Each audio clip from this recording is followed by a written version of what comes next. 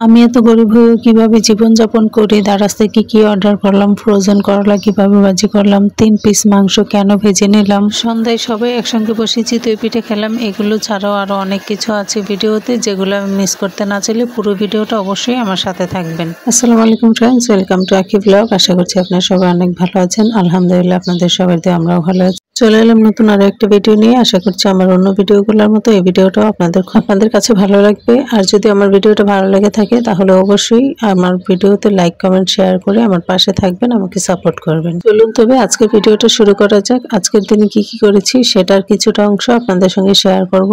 ওদের 2 ভাই বোনের জন্য এখানে আমি দুধ বানিয়ে দিচ্ছিলাম আর একটু বিস্কিট দিচ্ছিলাম। দুধটা যদিও পরিমাণে কম হয়ে গিয়েছে, দুধ আর ছিল না, তাই পানির পরিমাণটাই একটু বেশি লাগছে। আজকের ভিডিওতে দেখতে পারবেন একজন গরিব মানুষ কি করে সারাদিনে কি খায় আর কিভাবে খায়, সেটা শুধু ক্যামেরাতে দেখলেই হবে না, সেটা আজকে ভয়েস ওভার দিয়ে আপনাদের সঙ্গে বলেও দিই। প্রথমেই যেমন দেখলেন দুধ, এখানে যদি পরিমাণে আর একটু বেশি দুধ হতো, ওদের কি সুন্দর পুষ্টিগুণ ওরা পেয়ে যেত, তাই না? এখানে ঘরে যদি আর একটু দুধ থাকতো, আর ঘরে তো দুধ ছিল না, এজন্য একটু পানিটাই দিতে হলো। যদিও এটা খেয়ে ওরা কোনো মজাই পায় নাই, তারপরেও যেহেতু আমি দিয়েছি, বলেছি খেয়ে নাও, খেয়ে নিয়েছে কষ্ট করে, খেতে চায়নি, তারপর আমি বলে এটাকে খাইয়েছি। এইখানে আমি 2 রকমের চাল ভিজিয়েছি, একটা ভাতের চাল আর একটা আতপ চাল, দুইটাকে 2 পাতিলে ভিজিয়ে রেখেছি। এই পাতিলে কিন্তু সকালে রুটি বানানোর জন্য আমি আটা করেছিলাম, সেই জন্য এই পাতিলেই আমি এই চালটা ভিজিয়ে রেখে, এই চালগুলো সারাদিন ভিজবে, তারপরে আমি সন্ধ্যায় এগুলা দিয়ে একটু চিতই পিঠা বানাবো। সন্ধ্যায় দেখা যাবে এগুলা ভিজে যাবে, তারপর আমি ব্লেন্ড করে চিতই পিঠা বানাবো, সেটাও আপনাদের সঙ্গে শেয়ার করবো। আর এই যে এখানে দেখতে পাচ্ছেন কিছুটা মুরগির মাংস নিয়েছি একটা কড়াই। এই কড়াইটা এত সুন্দর পরিষ্কার ছিল, সেদিন একটু পাকনামি করতে গিয়ে কড়াইটা উল্টা আমি আরো বেশি ময়লা করে ফেলেছি। এখন এটাকে ঠিক করতে হবে, তো ঠিক করার সময় পাচ্ছিলাম না, এজন্য এই কড়াইটা এমনই দেখা যাবে। 2-1 দিনের মধ্যে কড়াইটা ঠিক করে আবার আপনাদের সঙ্গে দেখাবো আমি কড়াইটা কেমন হয়েছে। আর এই যে মাংসগুলো দেখতে পাচ্ছেন এখানে, আজকে দুপুরে যেহেতু রান্না বান্না করিনি, মানে কোনো তরকারি রান্না করিনি, এজন্য মনে হলো এই 3 টুকরা মাংস ওদের 3 জনকে ভেজে দিব, এটা দিয়ে ওরা ভাত খাবে। আর এখানে আমি পেঁয়াজ আলু কেটে নিচ্ছিলাম, কারণ সেদিন যে ফ্রিজে করলাটা ভাজি করে রেখেছিলাম, সেই ফ্রোজেন করলাটা আজকে বের করে ভাজি করব, আর এই মাংসগুলো ওদেরকে ভেজে দেব। এই মাংসগুলোকে এখন ওদের ম্যারিনেট করে রেখে দেবে। এইগুলা হচ্ছে দুপুরে একটু খাবে আর বাকিগুলা রাতে খাবে। তো ওদের 3 জনের জন্য এখানে যতটুকু প্রয়োজন ততটুকু করে এখানে নেওয়া হয়েছে। 3 জনের জন্য দুপুরে 3 জন 3 পিস খাবে, আবার রাতে 3 জনে 3 পিস খাবে। তো এইভাবে 6 পিস করে ওদের জন্য নিয়ে নেওয়া হয়েছে। এটাকে ওদের পুরোটাই এখন ম্যারিনেট করবে। দুপুরে খাওয়ার জন্য যেটা দুপুরে ভাজবে, আর রাতে খাওয়ার জন্য রাতে ভাজবে। এখানে ও একটা কাঁটা চামচ নিয়ে নিয়েছে, এটা দিয়ে একটু কেচে নেবে যেন ভিতরে মশলাগুলো ঢুকে। বড় হলে যে মায়ের অনেক লাভ হয়, সেটা কিন্তু আজকের ভিডিওতে আপনারা কিছুটা দেখতে পেলেন। এই কাজগুলো কিন্তু আগে আমি করতাম, আজকেও আমারই কথা ছিল। ও পরে এসে বললো যে আচ্ছা এটা আমি ভাজি, তারপর ও নিজের মতো করে মশলা দিলেও আরো কি করলো, করে তারপর ভেজে নিয়ে আসলো। তো এইগুলা তো হচ্ছে ওর কাজ। আর এই সময়গুলাতে কিন্তু আমি রান্নাঘরে ছিলাম, রান্না করছিলাম। মেয়ে বড় হলে আসলে এই যে মায়ের লাভ, সেটা কিন্তু আমি মাঝে মধ্যে উপভোগ করি, কারণ আমার মেয়ে আমাকে মাঝে মধ্যে অনেক কাজে হেল্প করে বা অনেক কিছুতেই হেল্প করে। অনেক রকমের টেনশনও থাকে, অনেক রকমের ভয়ও থাকে। মেয়ে বড় হচ্ছে, সেই ভয়টাও ভিতরে কাজ করে যে একটা সময় তো এগুলো মানুষ নিতে পারে না, তারপরও দেখা যায় যে অনেকে অনেক কথাই বলে। আসলে বলার থেকে শোনা অনেক বেশি ভালো, এটা আমি মনে করি। জীবনে না কাউকে কখনো থ্রেট দিয়ে কিছু করানো যায় না। আপনি আজকে একজন মানুষকে ভয় দেখানোর জন্য একটু ভয়ঙ্কর ভাবে তার সামনে গেলেন, তার সঙ্গে কথা বললেন, তাকে একটা বাজে ব্যবহার করলেন তার সামনে, এটাতে হয়তো আপনি নিজেকে অনেক বড় মনে করতে পারবেন, কিন্তু নিজের বিবেকের কাছে যখন নিজেকে প্রশ্ন করবেন আসলে কি এটা উচিত হয়েছে কিনা, তখন আপনার বিবেক আপনাকে একদম সঠিক উত্তরটাই দেখাবে আর সঠিক রাস্তাটাই দেখাবে। আমার আম্মা সবসময় বলতো, মেয়ে মানুষ যখন মায়ের কাছে বড় হয় তখন কোনো মায়ের বড় গলা করে কোনো কথা বলতে নেই, তখন কথা বলার সময় একটু হিসেব নিকেশ করেই কথাটা বলতে। জীবনে কখনো বড় কথা বলিনি বা বলতেও চাই না।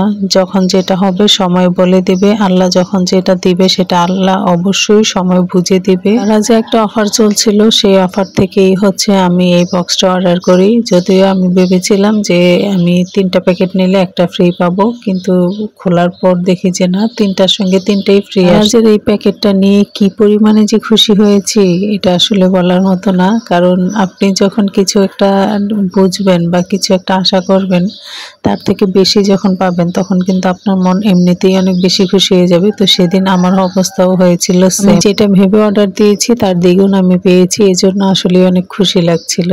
তো তো নিজের খুশিটা আপনাদের সঙ্গে একটু শেয়ার করলাম। এখানে রান্নাঘরে চলে এসেছি। রান্নাঘরে হচ্ছে আমি ফ্রোজেন যে করলাটা রেখেছি সেটা এখন ভাজি করব।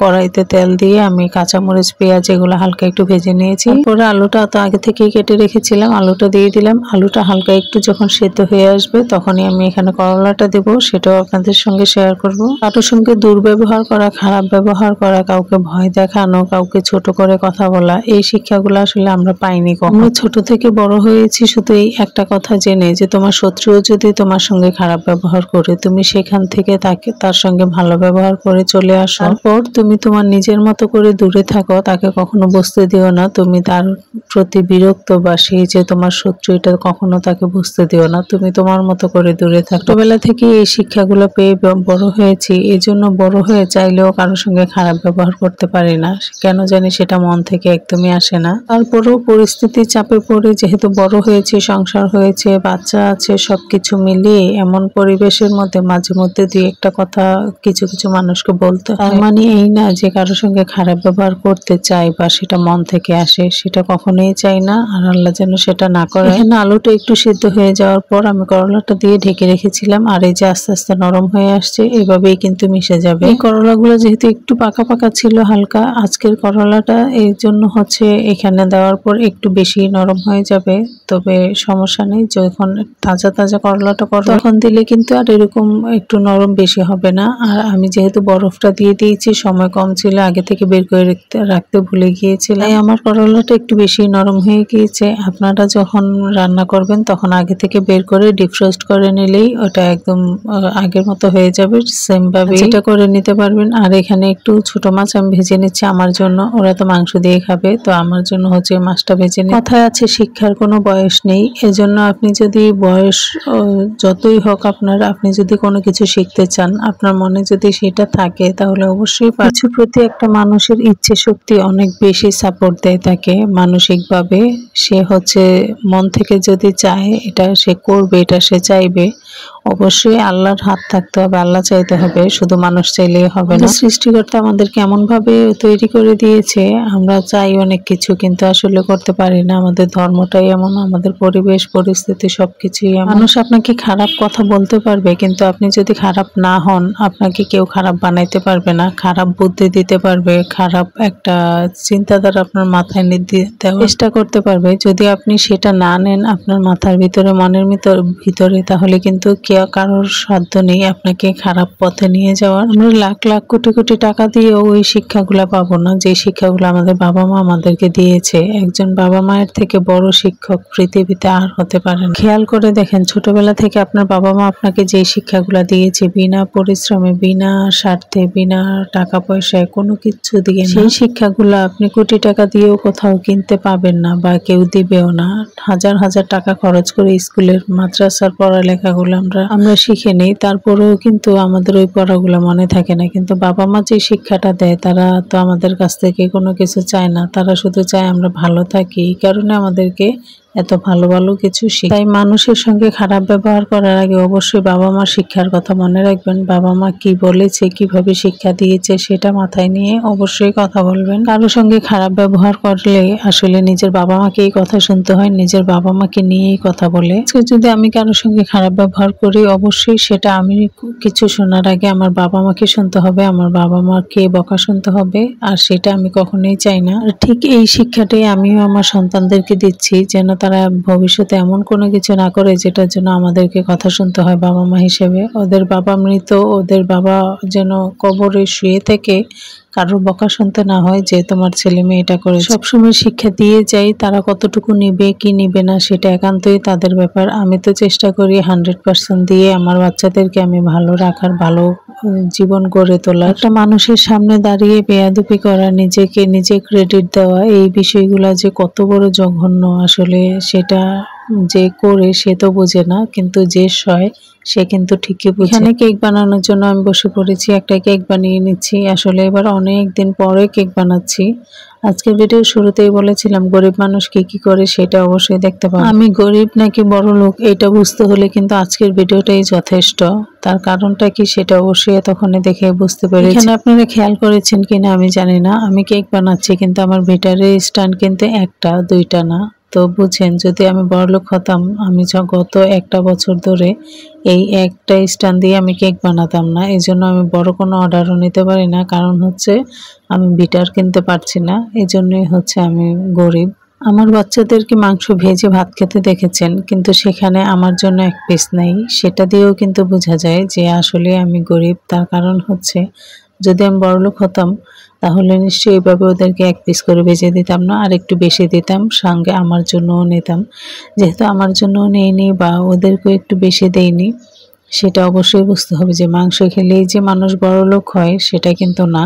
সেটা যাদের জ্ঞান বুদ্ধি আছে তারা কিন্তু আজকের ভিডিওটা দেখলে অবশ্যই বুঝতে পারবে। আর ওই যে সকালবেলা চাল ভিজিয়ে রেখেছিলাম, সেই চালটা কিন্তু আমি ব্লেন্ড করে নিয়েছি, তবে আপনাদের জন্য আমি ভিডিও করতে ভুলে গিয়েছিলাম, এই জন্য আর সেটা করা হয়নি।